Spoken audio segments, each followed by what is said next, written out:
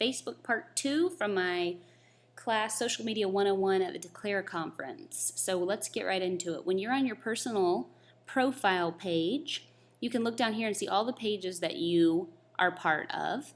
And you can also see those right here on this little gear icon. It says use Facebook as, and then we'll do Oh Amanda. Those are all the other pages that I do. And now I am, you can see up here, now I'm Oh Amanda. And let's just look at some basic stuff here on how to talk and use this page. The first thing you're going to want to do is just do an update. What have you been up to? Not much going on here. What's up in your world? You want to make sure that your updates are always different. You want to do questions because you want people to interact with you. Facebook is all about Facebook, and if you're constantly putting links in your updates, sending people away from Facebook, Facebook's not going to put your posts up in people's newsfeed first. But when there's interaction, comments, likes, shares, then you're going to be seen more. So you can either do questions or put your links in. You can do photos and videos. You can even do offers like coupons if you happen to be a blog that has things like that. If you're doing an event, you can add a milestone, which I don't think is very important. You can also, this is a very nice feature, is you can do your posts at a different time. So if you want to schedule a whole month in advance some questions, just go in here and put in the time you want them to post, and it's really easy. You can also add a geotag if you want to show where you are at. You can boost your post, which basically means you're paying Facebook to get your post out to more people.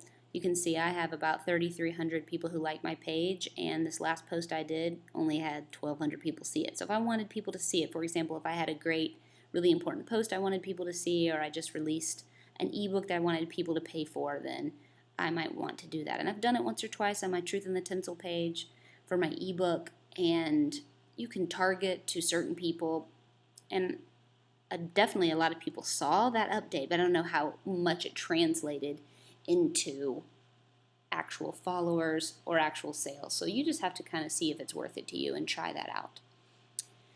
Once you've updated something, then you can do a few cool things with it. If you click that down arrow, you can see that you can pin it to the top.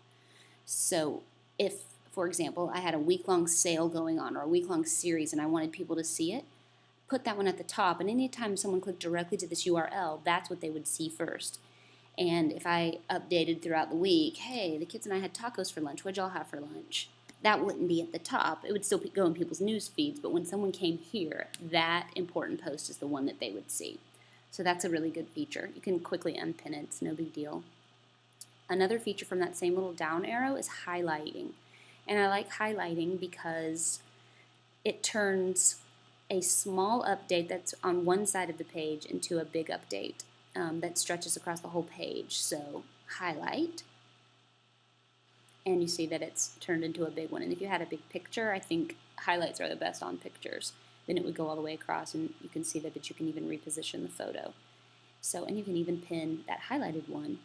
So I really like that. And then just remove it from the highlights if you don't want it on there anymore.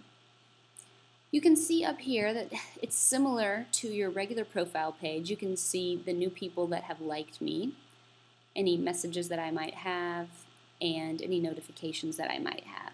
So I can basically click this again, because I'm still Oh Amanda, I'm not my personal self anymore, and I can see all the people that I've liked, what they are doing, and that way when I comment, then I'll be commenting as Oh Amanda. So more people, this girl's just a regular girl, she's going to see Oh Amanda, and she might say, oh, I like what Oh Amanda wrote, I'm going to go click over to her page. So it's kind of like advertising. Instead of replying to these people as yourself, you're replying as your brand. And let's see here, there was something else I wanted to show you. Oh yes, tabs, this is so cool. All right, you see right here, you have the defaults are photos, likes, and then there's a blank one here, but you can add many little tabs on here, and if you click on this, it will show you some notes, videos, network blogs is basically, or RSS graffiti is basically your blog coming up here, and if you clicked on that, they would see your blog updates. I don't want that because I want people to go to my blog. And you can find more apps. I'm going to show you what I have on mine. Mine is basically, with my free ebook that people get from my blog when they subscribe, inside that ebook it says go to my Facebook page and you can get some free printable prayer art to hang up in your house in your kid's room, but you have to like my Facebook page in order to do that. So do you see how I've got a circle here? People going to my blog, people going to my Facebook page. I want to bring everyone back to my Facebook page, back to my blog. So I'm just kind of bringing people in a circle here. So if you like my page, you click on free prayer prints, and then you can download all of these. It says, make sure that you like our page to get these free printables. And then you print them. So if you don't like the page, you can't print those or download them. There's a few companies that can help you do things like this. One of them is called ShortStack. They have apps and they can do contests on these tabs for you. You know, like you can't enter the contest unless you like it. You've probably seen those from big, Pottery Barn Kids and some of those places. Another one is called Thunderpenny, and that's who I used to do these free prayer printables. It was easy, so they have great tutorials. You just kind of follow directions.